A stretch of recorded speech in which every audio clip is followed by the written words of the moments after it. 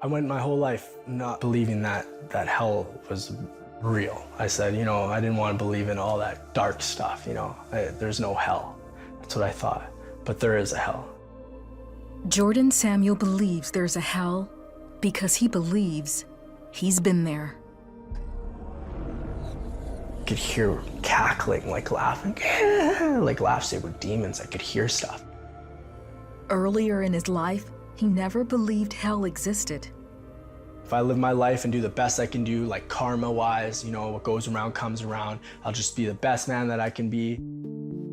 He grew up in Edmonton, British Columbia with a single mom and went to a Catholic school.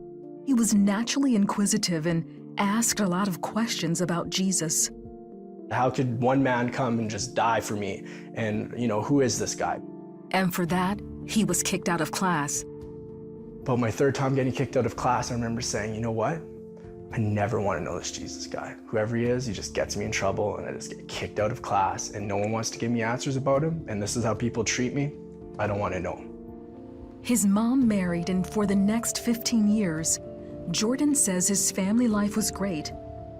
Then his mom and stepdad divorced. Jordan was devastated.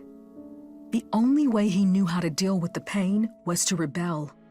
So whether that was drinking and driving with buddies and underage driving, stealing cars, and getting stereos and having the thrill of almost someone catching me, but not quite. For the next 4 years, Jordan continued his reckless behavior. But he wanted to turn his life around, so he stopped selling drugs and started working for an oil rig company. I was making really good money at a really good house.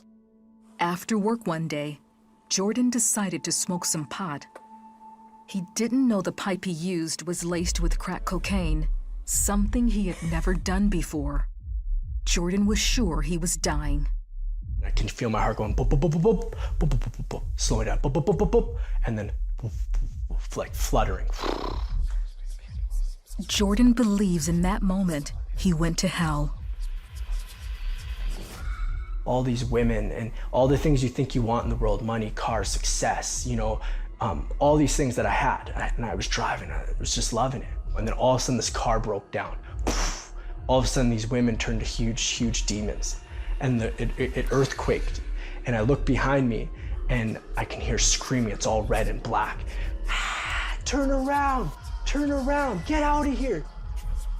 It sounded like people burning, people that were just burning, that couldn't find a cure or a fix to anything. It was just the worst. And I remember being afraid, gripping the steering wheel, and all of a sudden it was like, I'm back to my body in the trailer room. As Jordan was taking what he thought was his last breath, he made a declaration of faith to God.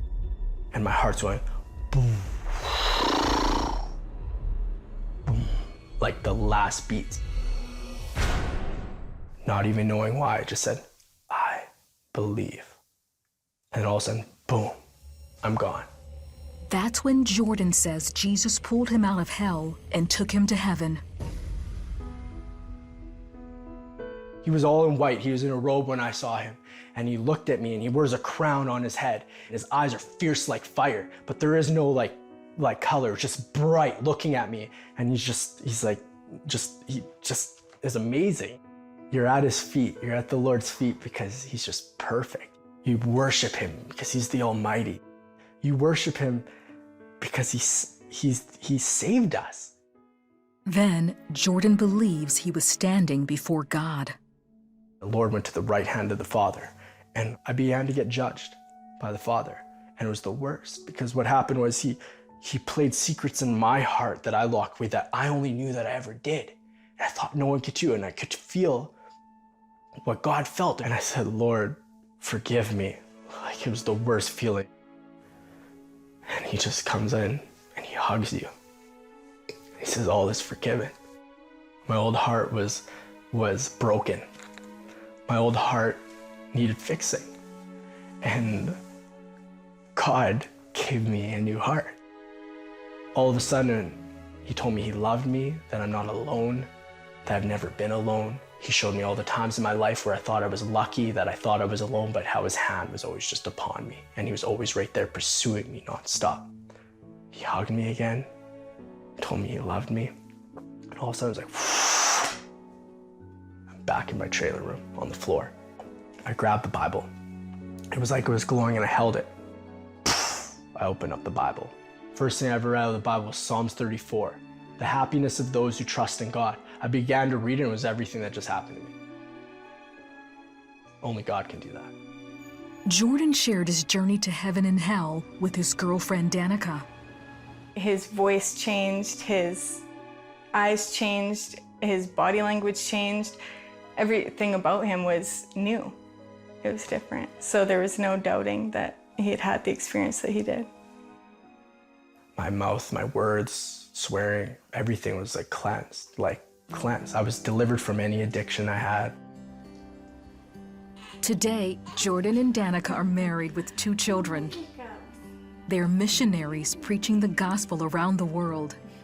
They're letting everyone know Jesus is real and that he can change the most hardened heart with his love. God loves the broken and loves the lost, and he doesn't give up on them. He loves them with all his heart. He leaves the flock to find the one, and he did.